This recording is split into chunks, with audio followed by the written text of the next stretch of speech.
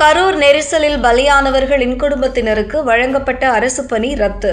உயர்நீதிமன்றம் உத்தரவு. கரூர் கூட்ட நெரிசலில் உயிரிழந்தவர்களின் குடும்பத்தினர் 31 பேருக்கு வழங்கப்பட்ட அரசு பணியை மதுரை ஹைகோர்ட் ரத்து செய்து உத்தரவிட்டுள்ளது. இந்த மாதம் துவக்கத்தில் கரூர் சென்ற முதல்வர் விஜய் பாதிக்கப்பட்ட குடும்பத்தினரை நேரில் சந்தித்து அரசு பணி வழங்கி பணி நியமன ஆணையை வழங்கியிருந்தார். இதற்கு எதிர்ப்பு தெரிவித்து நீதிமன்றத்தில் மனுக்கள் தாக்கல் செய்யப்பட்டன. இந்த மனுவை விசாரித்த உயர்நீதிமன்ற மதுரை கிளை அரசு பணியை ரத்து செய்து உத்தரவிட்டுள்ளது. இது விஜயின் தாவேக அரசுக்கு பெரும் பின்னடைவாக பார்க்கப்படுகிறது. தமிழக முதல்வர் விஜய் கடந்த 10ஆம் தேதி கரூர் சென்றார்.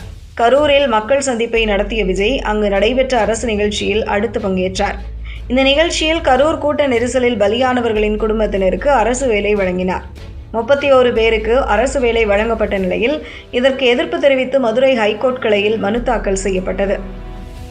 இந்த மனுவை விசாரித்த உயர்நீதிமன்றம் அரசு பணி வழங்க தடையில்லை என்றும் தற்காலிக அடிப்படையில் மட்டுமே வழங்க வேண்டும் என்றும் கூறியிருந்தது.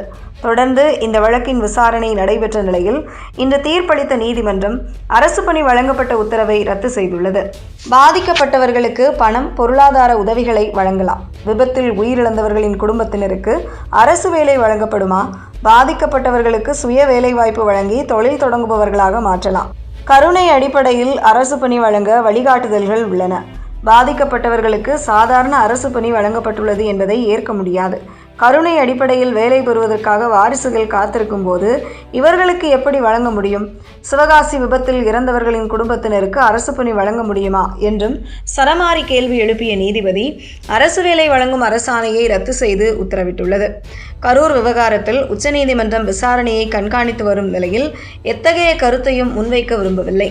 அதுபோக அரசு தரப்பில் கருணை பணிக்கு சில வழிகாட்டுதல்கள் உள்ளன. வயது, கல்வி என தகுதியின் அடிப்படையிலேயே வழங்க வேண்டும். அனைவரையும் சமமாக பார்க்க வேண்டும். இளைஞர்கள் பலர் காத்திருக்கும் போது இவர்களுக்கு வேலை வழங்கியதை ஏற்க முடியாது. அரசு தரப்பில் சாதாரண பணி வழங்குவதாக கூறுவதை ஏற்க முடியாது.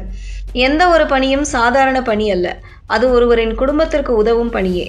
சட்டப்பிரிவின் 162வது பிரிவின் கீழ் நலத்திட்ட கொள்கைகளை வகுப்பதற்கு அரசுக்கு பரந்த நிர்வாக அதிகாரங்கள் இருந்தாலும் அந்த அதிகாரங்கள் அரசியலமைப்பு வரம்புகளுக்குள் செயல்பட வேண்டும்.